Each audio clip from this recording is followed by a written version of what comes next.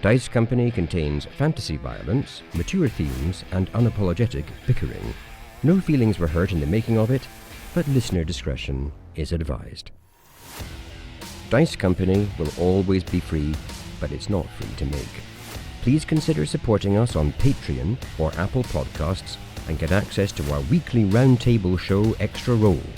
Just follow any of the links in the show notes for this chapter.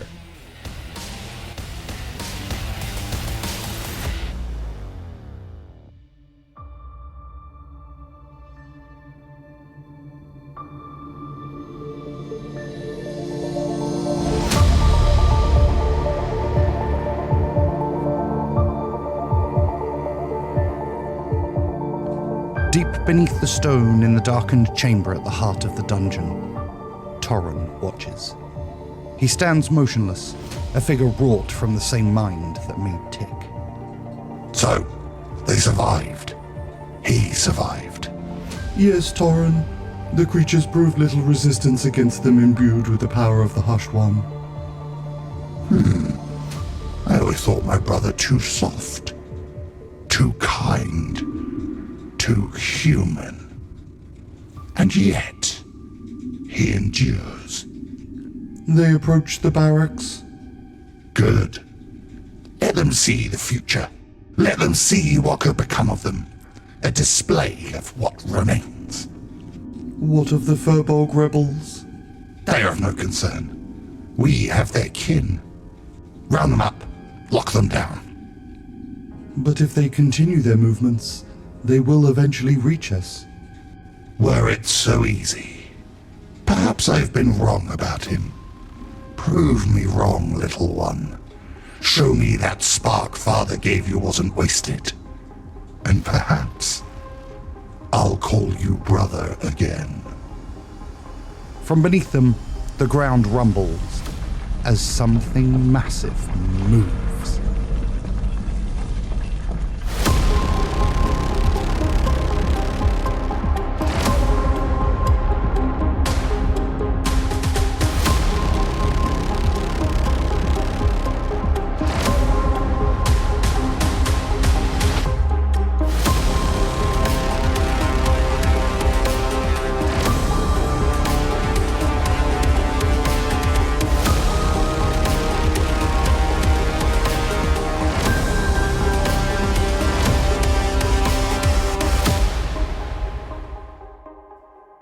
Welcome one and all to Dice Company's Small Embers Chapter 91, where a group of friends weave tales of triumph, heroism and despair under the guise of playing dungeons and indeed dragons.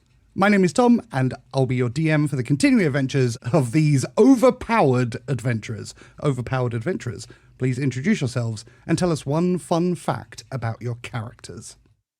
Hi, I'm Harry and I play Tock, an imposing 6'8" automaton. Hey! The mind, nature's greatest achievement, blindly created and cruelly wasted. A shining cathedral built on foundations of meat and bone, a perfect ice sculpture left carelessly in the rain, raised up in grace, yet put in a place where it must fall. Whether it was Isidore or Landolin who so scorned their mortal progeny is unknown, but either their hand was constrained, their awareness absent, or their intention malevolent.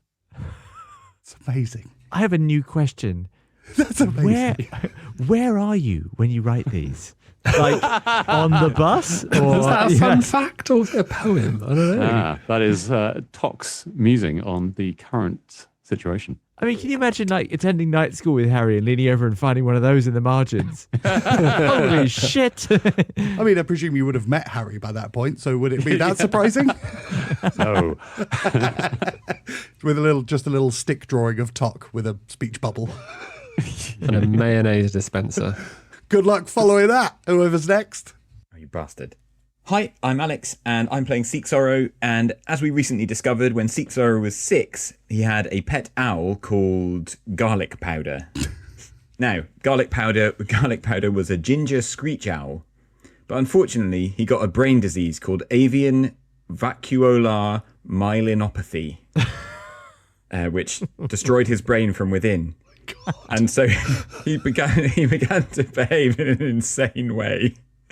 First of all, turning his head all the way round, first one way, and then the other. Then he began dancing and screaming. And in the final days of his life, he spent his time buttering toast with his beak. Why? Where to begin? Why? Why are all our facts about mines? I had to get garlic powder out of the story because he's not around now.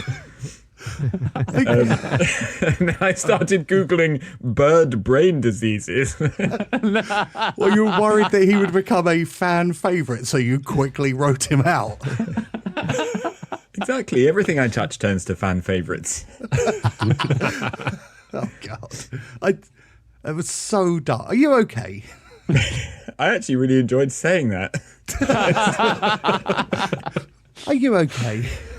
That's for the listeners to decide. That's the puzzle, isn't it? That's why the podcast is called Puzzles. He's gone completely mad. I've been chuckling all day at that one. Poor garlic powder. Hello, I'm Dave, and I play Petron Oakflower. Now, Petron has heard Tock speaking of the weave and has been wondering exactly what he's on about, but he thinks he has now worked it out. Tock is talking about the roots of Runethala. Runethala, the tree of life, grows atop the mighty northern mountain, surrounded by massive glaciers that make it unreachable. Its roots stretch across the world, surfacing on all continents, connecting everything and everyone. When Petron scratches the ground when spellcasting, he is signalling to the nearest root beneath the earth, calling upon its magic. Tock must have a similar understanding, but got confused about the details. Oh, absolutely incredible. How'd you spell that? I'm totally weaving it into stuff I did. Runethala, was it? That's the one. Just amazing.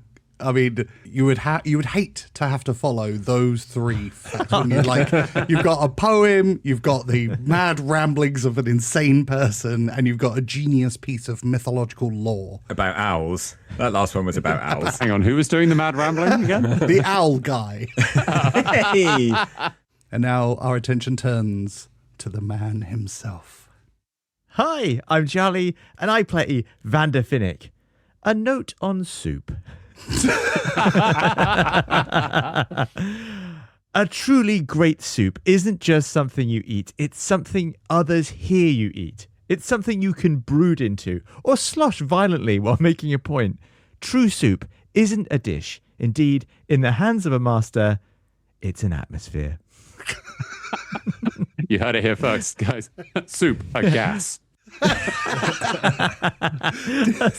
just want to say, from epic lore drop to fortune cookie in one foul swoop. We worried that too many of Vander's facts weren't about soup, so you had to get the percentages back up. Actually, weirdly, I was thinking there wasn't enough soup lately, so had to get back in there. Soup quotient has dropped off. Yeah, I think it's literally mentioned every chapter. Right, some rapid fire housekeeping. Follow us on YouTube, Blue Sky and TikTok. Come join us in the Dice Court, the greatest TTRPG Discord server in the entire world. Leave us a review on your podcast app of choice. And your podcast of choice.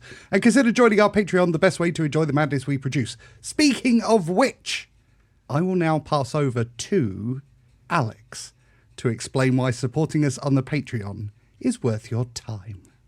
Okay. Here we go, motherfuckers. Limbering up like a boxer. This Christmas, why not support a struggling podcaster? Let me introduce you to a few. This is Charlie. If you don't support our podcast, Charlie will tread a dark path. Bereft to find that playing a crooked D&D anti-hero is no way to make a living, he'll become a street peddler, selling rip-off Dice Company merchandise. We will sue, of course, leaving Charlie in a Victorian debtor's prison. After release, he'll live in an upturned skip with 47 cats and a gerbil called Maurice. Next we meet Tom.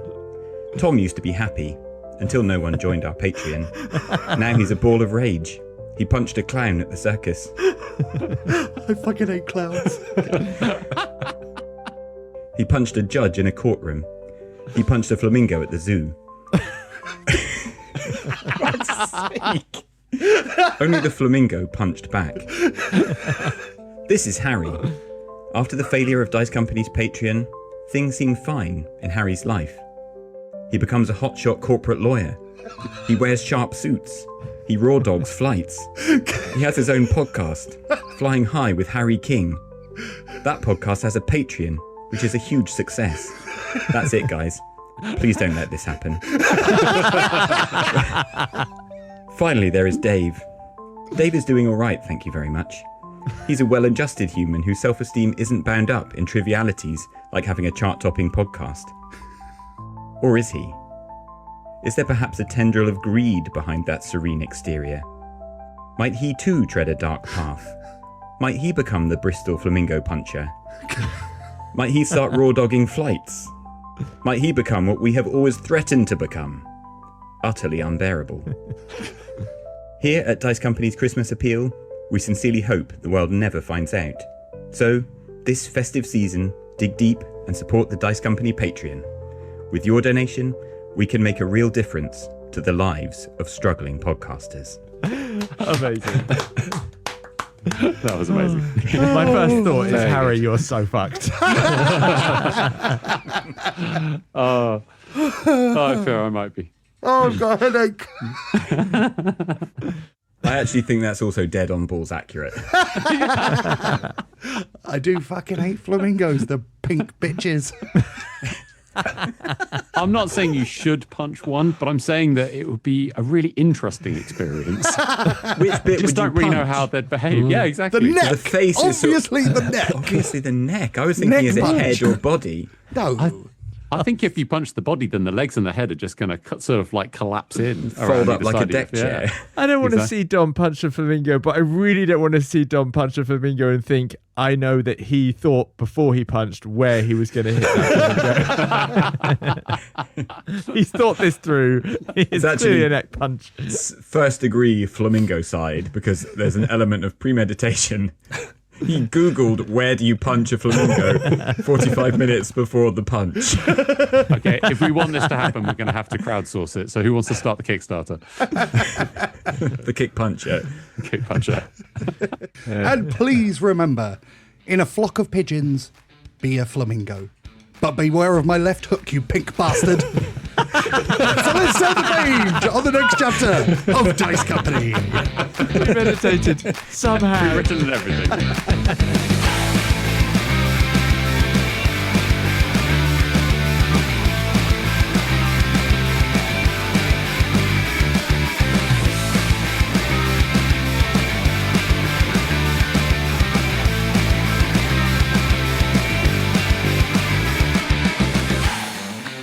Previously on Small Embers, the party continue their long and daunting trials through Thoren's dungeon.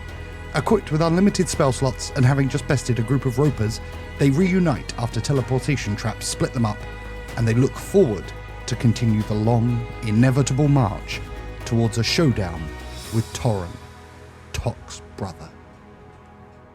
So you guys, we're about 25 minutes into your 1 hour of unlimited spell slot usage, which you have been using and abusing, as you should.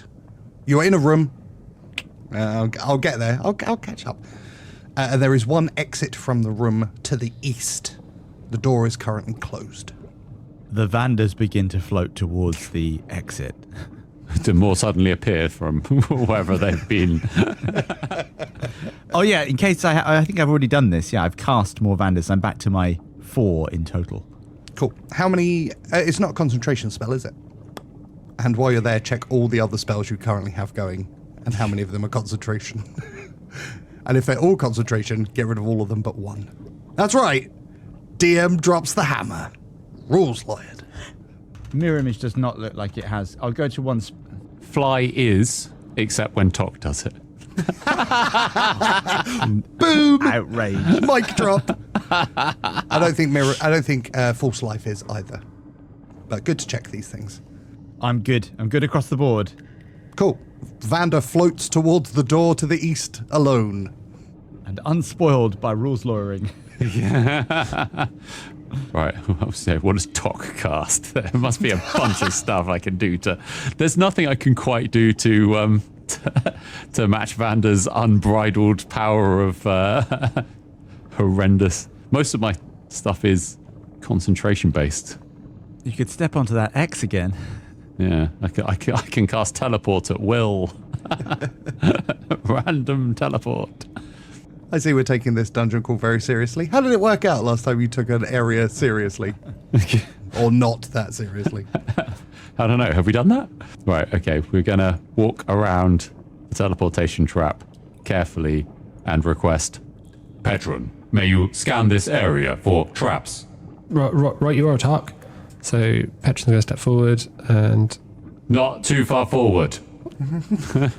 Tock will point at Tock. Half Harry, half Tock there. That was Terrifying. That was a splinch and a half, wasn't it? there was actual fear then. I was never worried. I had it under control.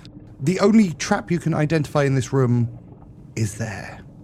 Don't worry, Tock. It's just the one you've already stepped on. Twice. Oh, sorry. Is someone going to open the door, or are you just going to stand here outside it? The Vanders float to the door. And I cast Mage Hand, because I don't need to open things with my real hand anymore. Jesus Christ. But really annoyingly close, Dom. Like, really close. Just right next to it. Please say he mage hands the door into his own face, like without... Half an inch away. Exactly, you have to be a real connoisseur of Mage Hand to know it was being used. Oh, good lord. Okay, you open the door, which opens with a creak. Ooh, intrigue. Beyond it is an empty hallway that is broken away from the rest of this level.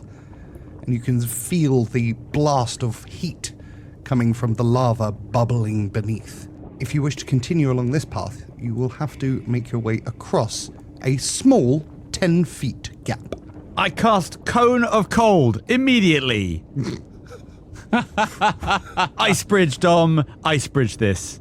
I don't think that's what Cone of Cold does, but I kind of like it. So... There's some creative Do you want me to describe it? use of his... A blast of cold air erupts from my hands. And then it talks a lot about damage. Excellent. The blast of cold hits the other side of the already crumbling structure of corridor that you're in. And the amount of damage, roll the damage for me, please. Oh no, this is spiraling out of control, isn't it? 8d8. I've got some infinite beer. I could pour that in the cold and we could have an ice bridge. A beer ice bridge. Vapor beer. 47 damage. And the damage caused from the Cone of Cold actually crumbles more of the other side away from you, thus making the gap 15 feet rather than 10 feet.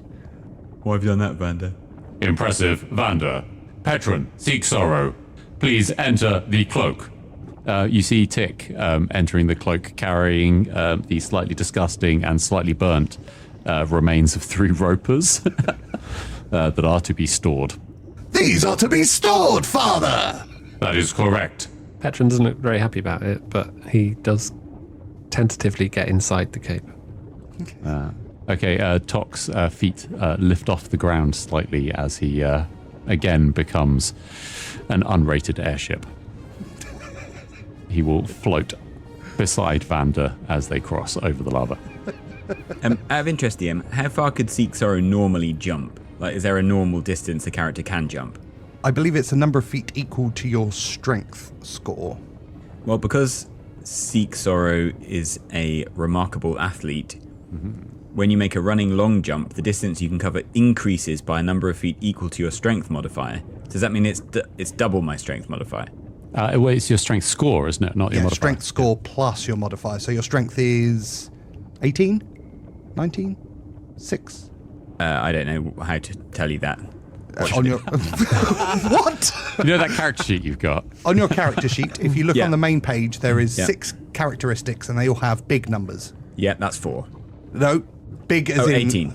18, Well, right? I can jump 18 feet. Plus 4 feet. So he's the second strongest member So of the party. 22. Yes, I just Okay, well, in that case, never misses an opportunity to absolutely crush his own friends. yeah. Well, does that mean I can I don't have to do a check? I can just jump that far? Correct. In that case, like a grasshopper, Seek Sorrow leaps across. He doesn't need to get in anyone's cloak. He can easily cover this distance. Excellent. Roll a d20 for me. As you land on the other side, a pressure plate clicks. Yeah, it is. Oh no. 14. Caution, Seek Sorrow. Look before you leap. I think I'm gone. And with a blip, Seek Sorrow disappears as a voice rings out. Interloper! Get out of here! I think I hadn't gone very far, but I seem to be still going. Cool. Seek Sorrow. Don't worry, the dungeon's much easier because we've got infinite magic. Can't get a word in edgeways if you don't have magic in this dungeon. Seek Sorrow, you have appeared in a plain-looking corridor. Great stuff. Hey, I mean, there could have been, a bunch of horrible monsters around. To be fair, you just left the horrible monsters. Seek Sorrow is going to try stepping one step forward and then stepping one step back to see if he gets randomly teleported somewhere else. Okay. Anything happen? You step on a pressure plate. Please roll a d20. Oh, okay. What could be worse than a boring corridor? Oh, 14 again. Does that mean I get brought back here? Nope. Again, a booming voice rings out. Interloper! Get out of here! And you get teleported to number 22A. I mean, I like the traps in theory, but it is a lot of work. I mean, really, our group ought to be able to avoid most to all of them. Yes. And with a blip, Seek Sorrow, you appear in the entranceway to the dungeon proper, where there are 4 automaton guards looking around. Mildly damaged. Yeah, fizzing slightly from the damage caused by Tock. Please roll for initiative. Oh, buggering hell. This is worse. Don't worry, you should be able to cope with 4 automaton guards. 18. Excellent. You are first to act. We'll come back to the rest of you guys in a second. Seek Sorrow, what would you like to do? I was going to say, we take a minute's break. Bash these guys. So I'm going to go 1, 2, 3, 4. So I'm going to go sort of to the end of the line with my... Yep. So they're all in front of me. I haven't got my back to anyone. And I'm going to hit the first one with the great Seek Sorrow axe. Marvellous. Can I argue any benefit of surprise or anything here? Absolutely not. Cool. 27. Hits. Roll for damage. 7 slashing damage. Okay, that feels quite small. Is that small? Oh yeah, hang on, that's a 2, so I get to roll that again. 6 slashing damage, and I don't get to roll that again. That's a 1 for my damage. Okay. I'll have another attack, please. I get to Okay. 13. Is a miss, unfortunately. Good grief, Seek Sorrow. Sort it out. Okay, and now the automatons all move into formation, surrounding you on all sides. This feels suddenly troublesome. Really probably could have done with not failing both my first attacks. They draw their swords for 2 attacks each. They've all got advantage, do they? They do. 19. That's a hit. Please take 6 slashing damage. Hmm. Second one, 24.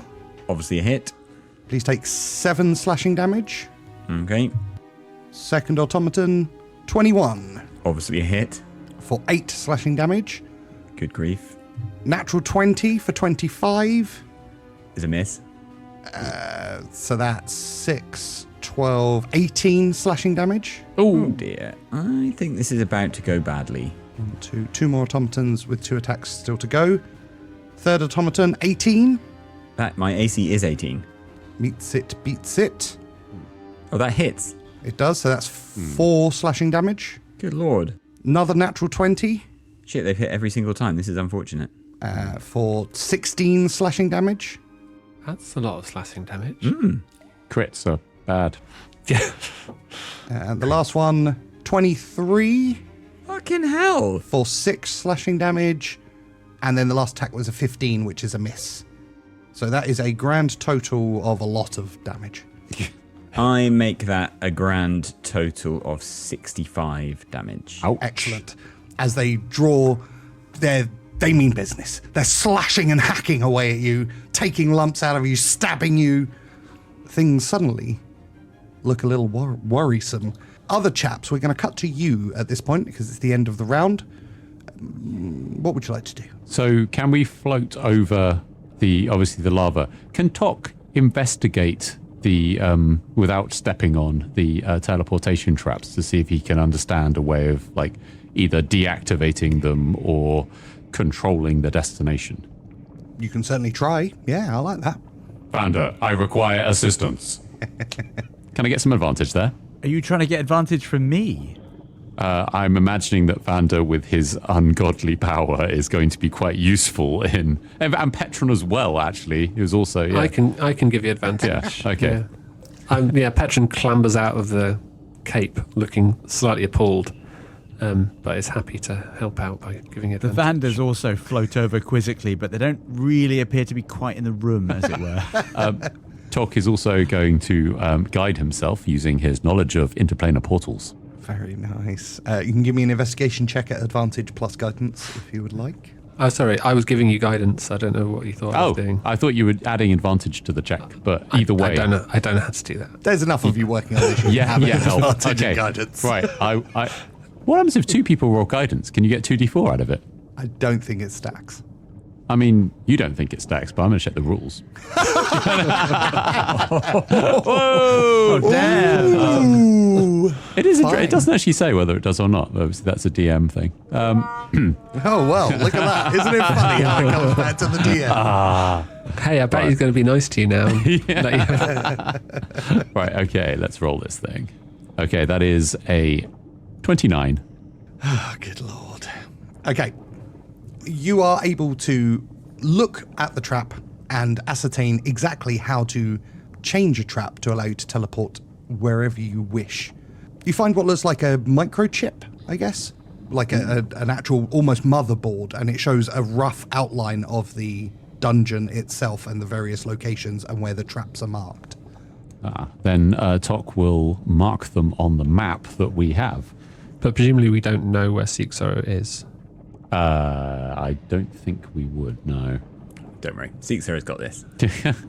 Well, we might be able to get it to trigger its last destination again, if we can control it. I don't know if it'll have a memory.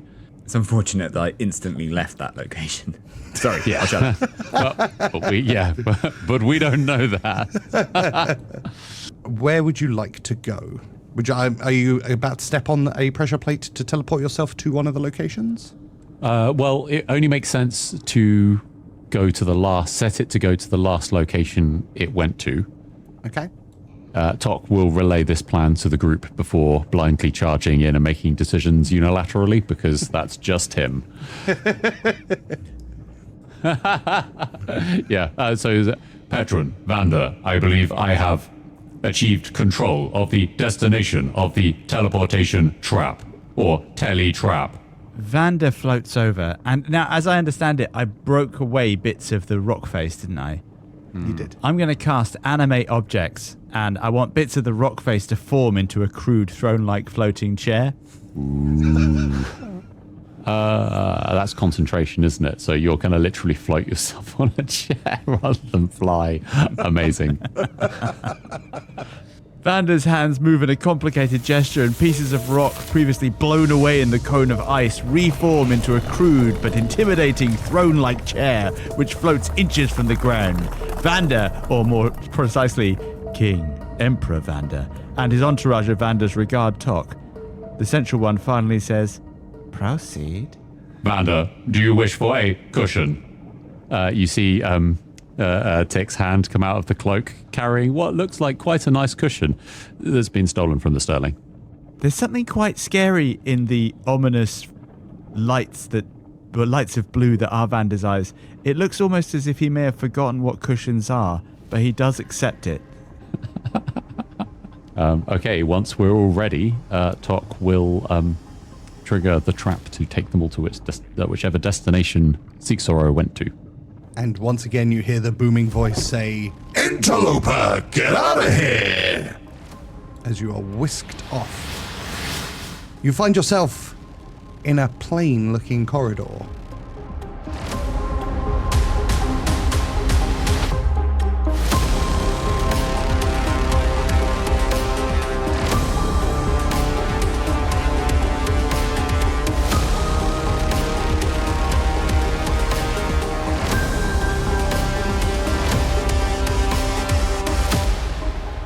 back to the top of the round with Seek Sorrow. Good grief. Okay. So, asking a question I should know the answer to. I'm pretty sure I know the answer. I can use a bonus action first, right? Yes. Fine. I'm going to use my second wind. So I can use a bonus action to regain hit level points equal to 1d10 plus my fighter level. Nice. We are level 10? Correct.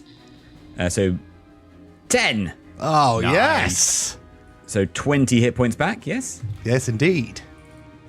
And can I see, looking at the automatons around me, who appears to be most damaged? You can indeed. The one to the south has a slightly wobbly arm.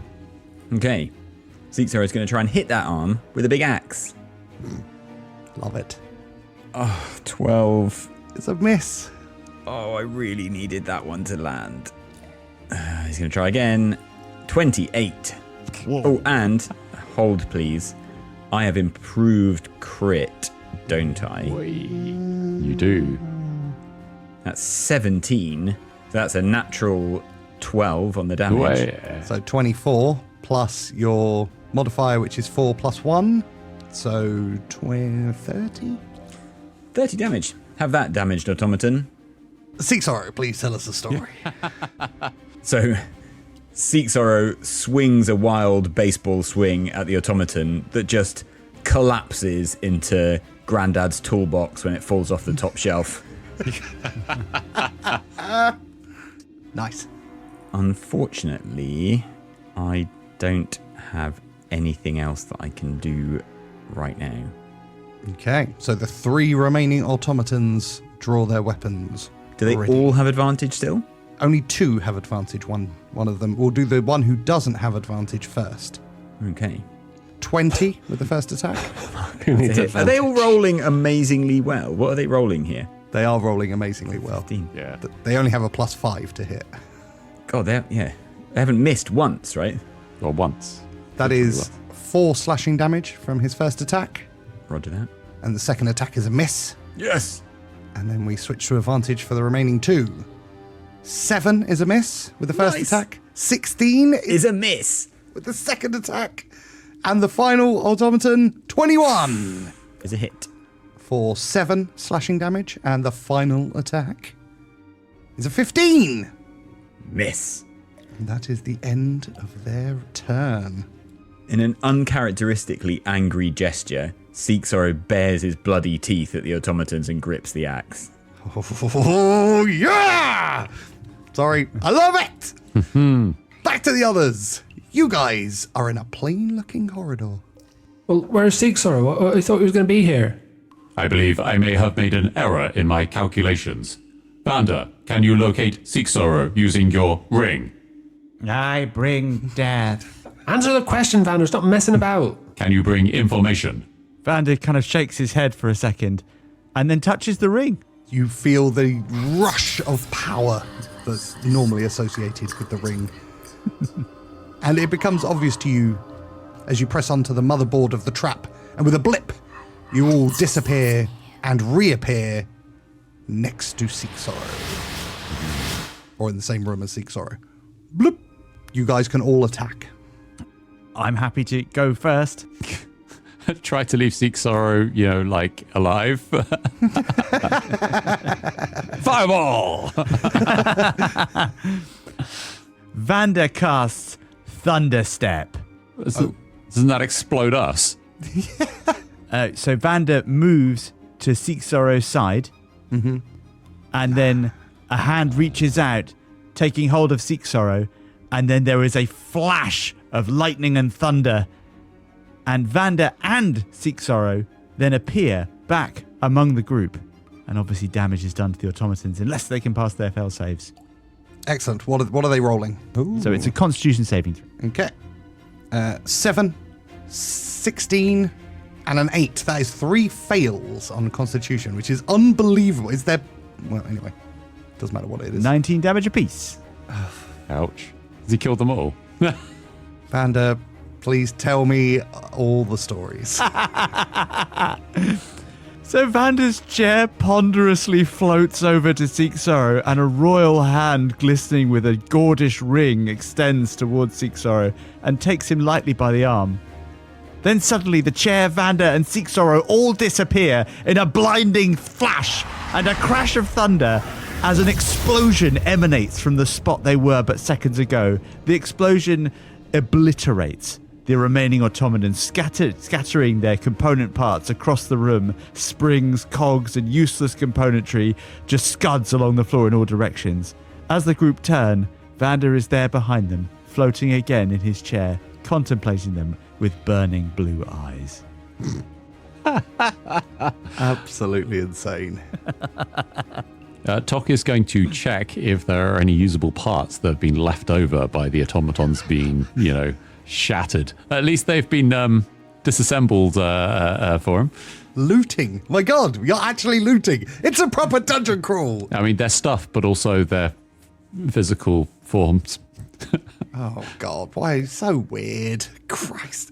Give me a perception or investigation, please. Well, while this is going on, Seek Sorrow flinches, like he was in the middle of a bloody battle, and then in like a millisecond he got transported and his enemies exploded and he's in a new place. So it's taking him a couple of seconds to kind of un-war mode himself.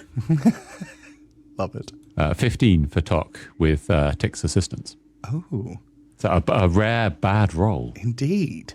Well, 15's not that bad, but, Well, I'm afraid there's no usable parts. Nothing usable for you. Just scrap metal. Such is the power of Vander. Oh, God. Don't make me make him have stuff. Vander, if next time you could leave some remains, it would be useful.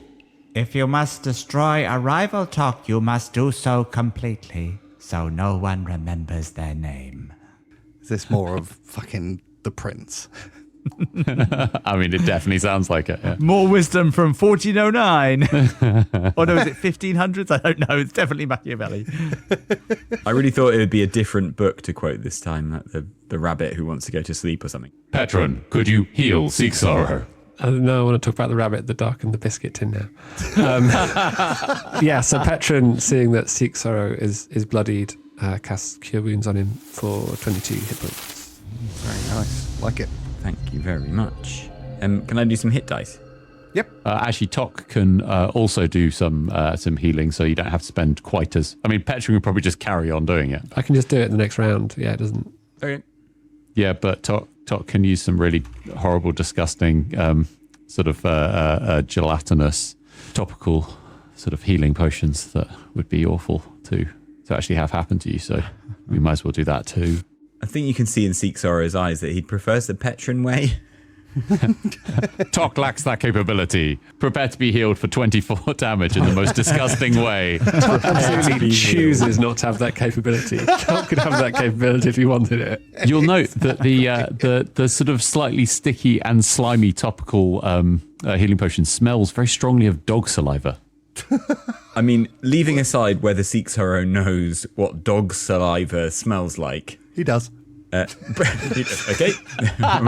Objection withdrawn. There are no issues with what happened. Has everyone done the admin that they wanted to do? I mean, I'm only here for admin. Sorry. I'm also going to heal myself for my next, if it's a new round. That's all right. Combat is over. You can do whatever you wish now. You are free to do what you want. I'm going to do that. You are in the entrance to the dungeon at last. 4 stone pillars support a 35-foot high vaulted ceiling strung with cobwebs. You have all approached a pillar. A magic mouth suddenly activates on one of the stone pillars. And it says, Welcome, brother, to the obstacle course. Place your weapons and magic items in the carts for safekeeping. You won't need them. Hurry. Come find me. I believe we will decline his request to disarm. Seems like a very foolish thing to do, doesn't it? Why would we place our weapons and our magical objects in a cart? Doesn't make any sense. Seek Sorrow just stands there gripping the axe and still looking like he wants to kill something. He's very much not putting it down right now. Petron, I believe he may imply there may be an anti-magic field involved in the confrontation. Well, I mean, we've used quite a lot of magic in this dungeon already, haven't we? Seek Sorrow glances at floating chair Vander. Speaking of which, Vander, you feel a sudden, sharp pain in your stomach. How do I distinguish that from the regular, sudden, sharp pains I often feel in my stomach? This feels like someone is stabbing you in the stomach. But no one is stabbing you, I should say. That's just that it's a very pronounced feeling. Am I taking damage? You are not.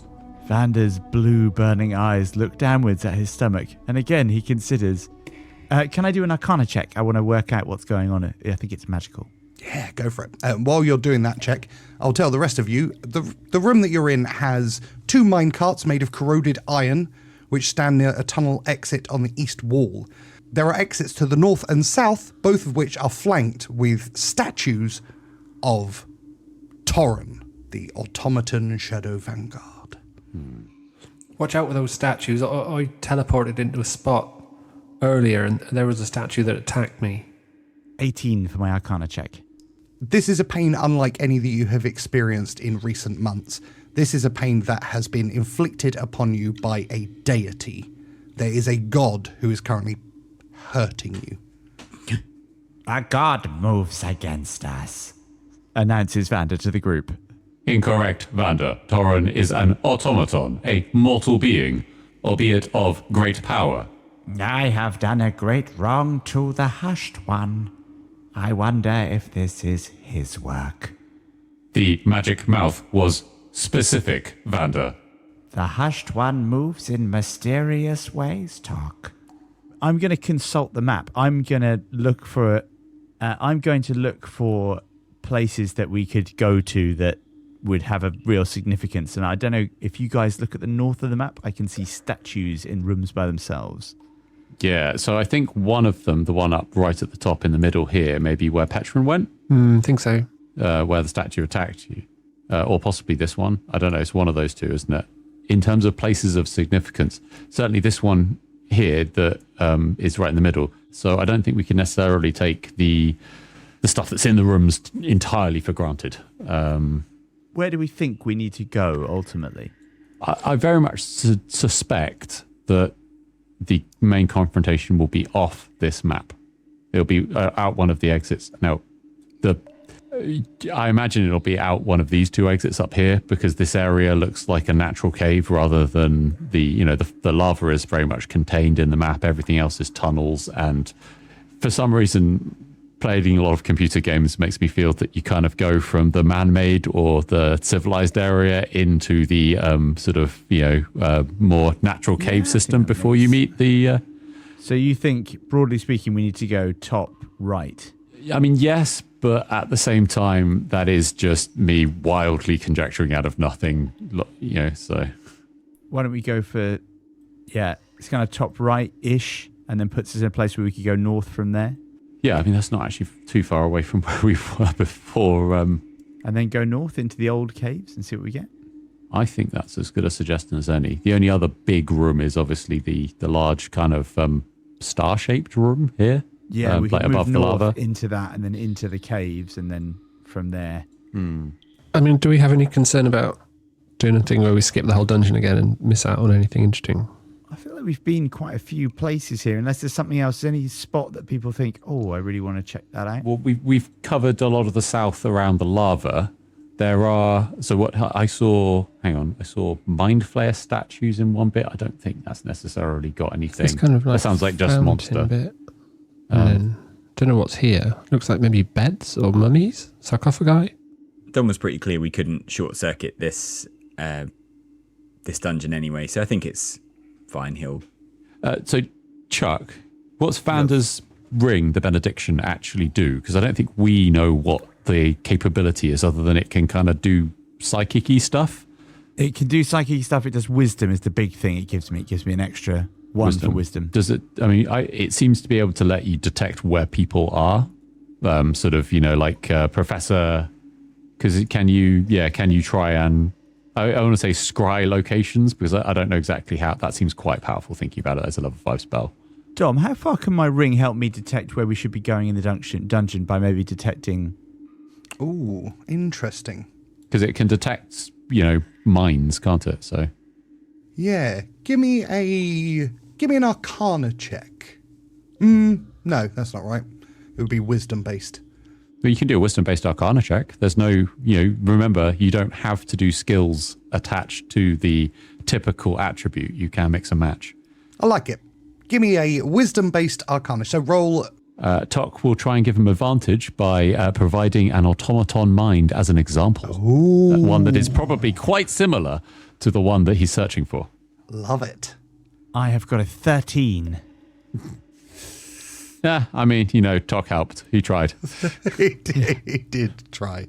You are getting a strong sense. So in the top right-hand corner, there's like a star-shaped room and a circular room. Somewhere within that area feels like is the direction you would want to be heading if you're trying to find automatons.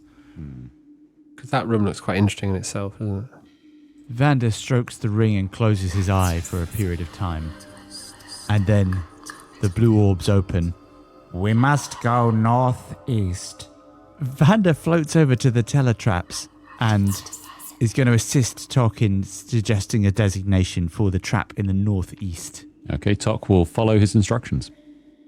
The thing, like for the audience, the interesting thing that's in the room looks like a big fire, a giant pit with what looks like a stone toad looking into it.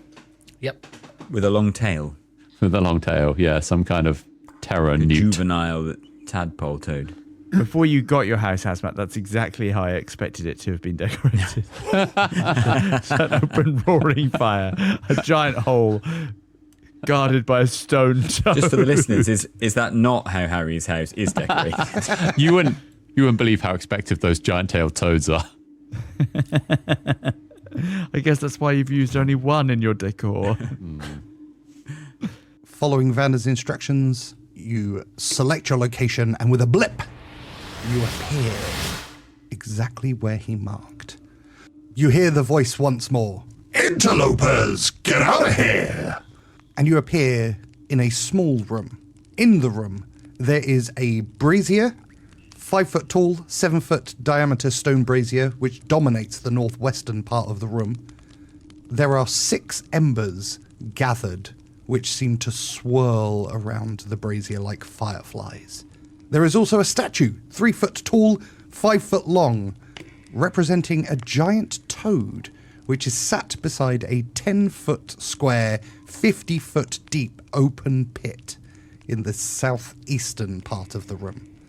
Is the toad covering its face? You know what? Why don't you go fuck yourself? Is it erosion toad?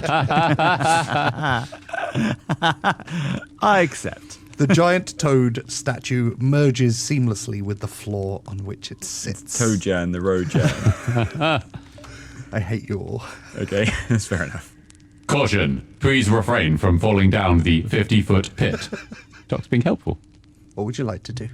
Well, Petron's gonna walk over and have a look at the pit, being cautious not to fall into the 50-foot pit. Tock readies his rope to get him out. Give me a perception check, please, Petron. That's a natural one for 5. Oh God, he's falling up. It's a pretty deep pit, and it's a pretty weird-looking statue next to it. At least Petron talks into his armor and says, "Cuthbert, you reckon you could go down there and have a look, see what that's all about? Can you get down and come back up?" I suppose I could try. It's quite a long way, though. What if I got stuck? Well, how about we attach you to a bit of rope or something, so if you do get stuck, you can just heave you back up. Like I'm a bucket in a well? That's not quite how I put it.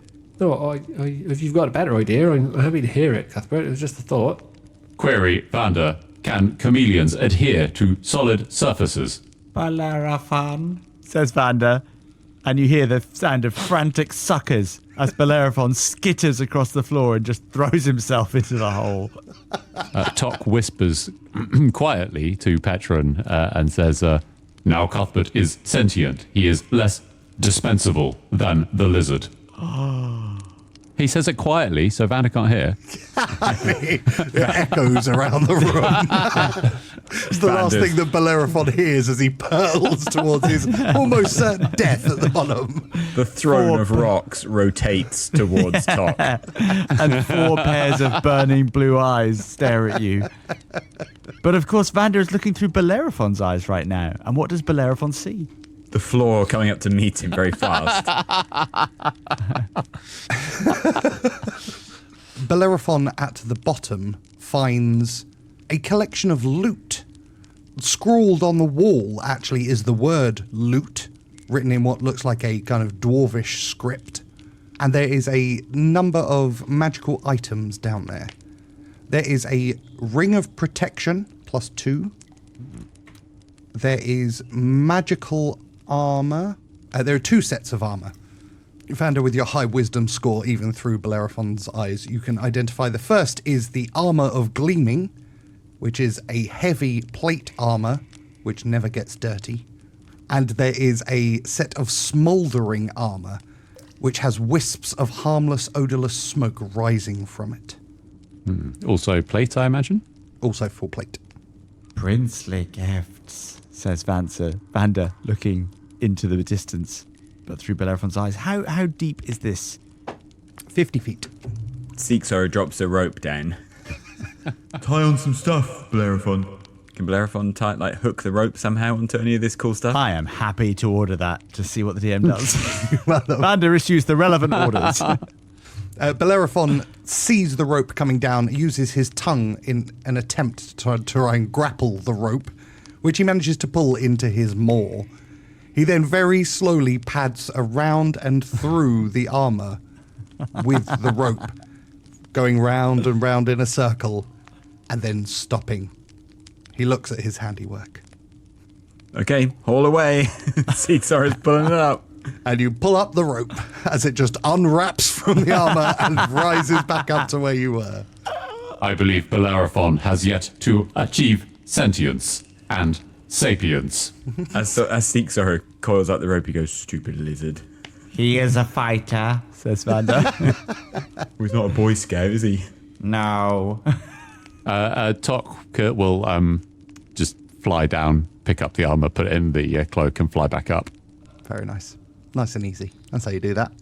I was hoping the giant toad was going to jump on Tock when he was in there. Well, that's there's no passages or anything deep underground.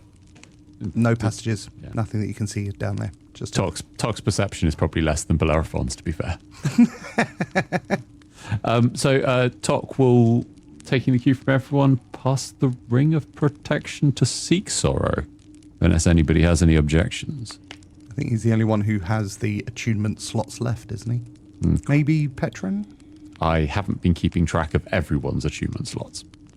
I've literally never heard of attunement slots until today. Do I have some spare? You can have 3 magical items is the long and short of it without getting into too much detail. Well, at least 3 good ones. A lot of the basic ones don't have any kind of attunement slots going on. So what happens to me now? If you put the ring on, you will get +2 to your AC. I put the ring on. You get +2 to your AC. Oh my god. This would have been useful 20 minutes ago. Tock will try giving the armor of gleaming to Tick to see if he can make use of it. Little Tick. I'm going to say yeah, because I like that. Oh, good. Marvelous. Little Tick has an upgrade. So your armor class was 18 and is now 20, is that correct? That is correct. Marvelous. I'm unkillable now. While this is happening... I'm still missing some hit points just in case anyone's got spare power to boost me up. Tock will ready the dog saliva. God. I'll heal you. I'll heal you. It's fine. Thanks. How many hit points do I get? 24. I am full. Does Seeksoro know that it's Petron who's doing this, or does he just think he's magically... Well, I mean, it doesn't smell of dog spit, so I guess you can work it out based on that. Seeksoro goes, "Thanks, Tock." Petron, give me a perception check, please. 9. Cool. Cool. That's what you want to hear, isn't it? Not a lot I could do with that, my man. Not a lot I could do with that. The room you're in has 2 exits, one to the south and one to the northwest. Which way would you like to go? I think... hang on, there's a weird door thing looking just up here, isn't there? Maybe should we enter the room via the lava tube? That might be the least expected route. What do you guys think? Seekser is kind of quite interested in the stone toad and the swirling embers in the fireplace. I was worried about that. Well, Okay. splitting the difference, Seekser is going to poke the stone toad with the handle of his axe as we go past. Okay, as you poke it, its mouth suddenly jerks open and a rope ladder rolls out down into the pit. That was unexpected. That's pretty cool. He pokes it again. Nothing happens. Did anybody with magical inclinations want to investigate the fire, or should we leave? I'd like to investigate the fire. Then Tock will help him. Have advantage. And guidance if you want, but you can do that yourself, so... I will take perception, investigation, or arcana. So Petron is going to walk over to the fire to take a look. And that's 20. You didn't even use your advantage there. No, I forgot. Or the guidance. Hang on, I'll roll it again. Yeah, it's still 20. Tock contributed to the proceeding.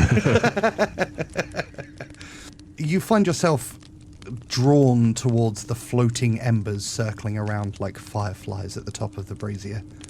There is definitely magic at play here, and each of the embers seems to be giving off a different type of energy. And actually, most of the energy is positive. It doesn't feel like there's damage to be had here. These feel like benefits, boons, if you will, if you were to attempt to grab hold of them. And I'll go one further, because I've just realised you rolled it. Do me a favour, roll the... There was guidance as well, wasn't there? Yeah, roll the guidance as well. Yeah. 4, so 24 total. Yeah. This is natural magic. This is the magic of furbolgs. So Petron walks over to the brazier and looks in, and he takes on a sort of wistful expression. He says, I wonder if you've ever heard the phrase, from small embers, great fires burn. Negative. That's the name of the show. It's non-diegetic. This is Furbolg magic. This is positive. This isn't harmful. He thrusts his arm straight in and grabs at one of the embers. Caution, Petron. Fire is hot. Cool, give me a dexterity check. DC 20, please. That's not great, is it? 18. Ah, so very nearly. Snatch at it and it just darts out of the way like a fly trying to avoid capture. Ooh, hang on. I do. Okay, Tock is going to cast Enhance Ability on Petron, so he'll have advantage on dexterity checks and guidance, and tell him, Petron, try again. Oh, well, right you are then, Tock. Petron doesn't quite understand why, but he's learned to trust these little messages from Tock by now. Okay, you get a +2 and advantage. Oh, for 20. Exactly. Right, roll me a d6, please. Let's find out which ember you grabbed. 1. Hopefully that's not the one. The only one that hurts you. You reach out and grab, and the ember immediately begins to burn in your palm, and you see the fire and the flames licking up over your hand. You can't let go of this ember. There is no pain, but the fire is now spreading all over your body, and to everyone else, it looks like you're this flaming inferno. And then all the fire gets sucked suddenly into your skin as you become immune to all fire damage for the next 24 hours. Wow. Petron just stands there, perfectly still with his eyes closed. Alarm! No Tock, there's no alarm. On that word, Seekzoro, who is already fumbling in his bag for his beer mug, which, on the word alarm, starts producing beer, just holds it upside down. I'm assuming it doesn't come out as like a torrent, but he's giving Petron a kind of slow beer shower. It's all right, Petron. We'll get you out. No, you're all right, Seek Sorrow. All's well. I feel a new power. Tock is going to have a quick go at trying to grab one of them, copying Petron.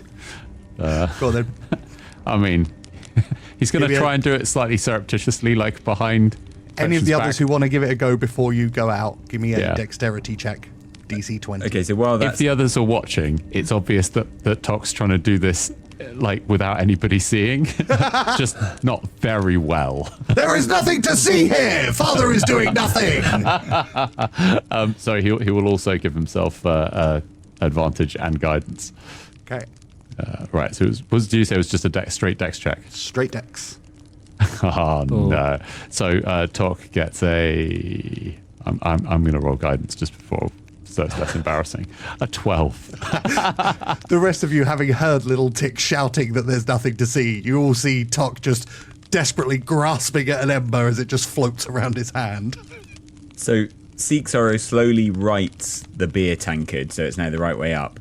Waits for it to be full, downs it in one, turns it off, stows it in his bag, and then before scampering after Tock, he reaches into the fire to get one of the magic beans. Go on then. Dex check. DC 20. 9. Noted. Dexterity, not a strong point of this party. Okay, is Vander going to embarrass himself as well? The chair has regarded all that have tried, but the chair just floats on by. Vander's pride is too important to grasp at mere baubles. Let's go and find this Thoren. Come on. And Petron starts striding towards the door, which we'd agreed to leave through to the south. And we'll end it there.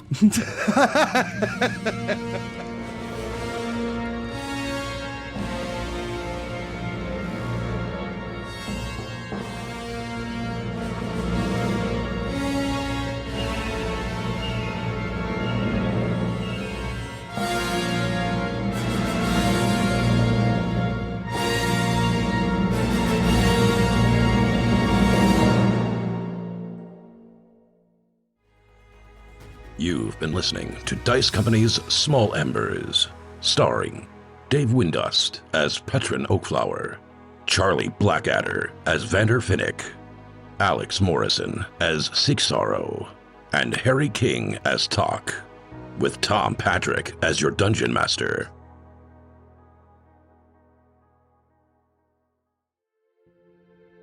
The humans of Dice Company would like to thank the following sweethearts for their support. M.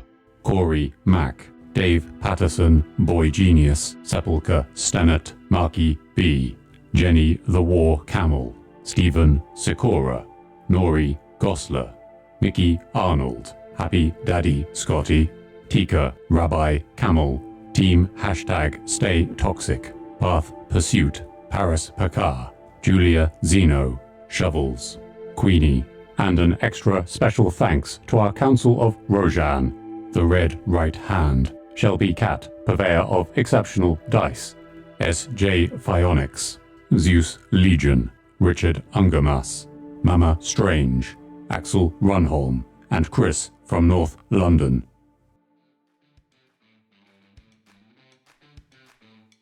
That's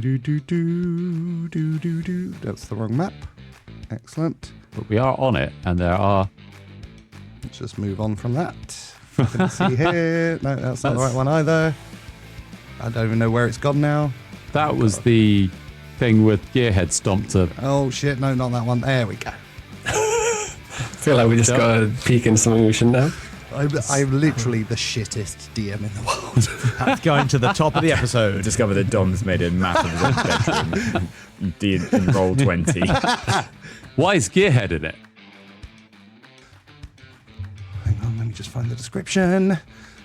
Remind me never ever to run a super complicated dungeon with lots of very quick teleportation ever again. Jesus. It's much easier just to have one room after another room in a specific order. Is it as much fun if we can't hack your dungeon and teleport around it at will with infinite magic? Can we also go backward and forward in time while we're doing this? That's notoriously easy to write about. The last time we just passed through like a random crack. This time we seem to have infinite teleportation and infinite magic. Vander has gone mad and thinks he's a god being attacked by another god.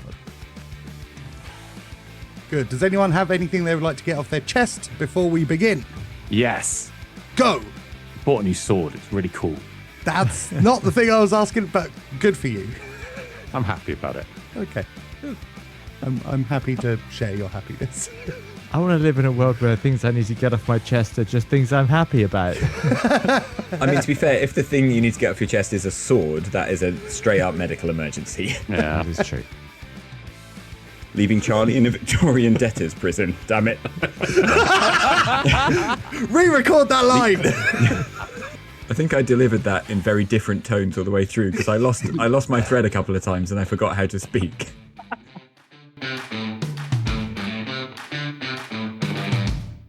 Lore.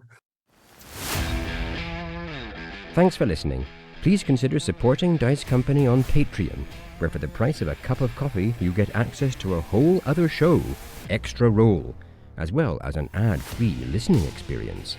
The Dice Company Discord server, along with our socials, can be found on our link tree in the show notes. If you enjoyed this chapter, please like and subscribe, and don't forget to recommend us to your friends. If you didn't like it, recommend us to your enemies. And we'll see you next time on Dice Company.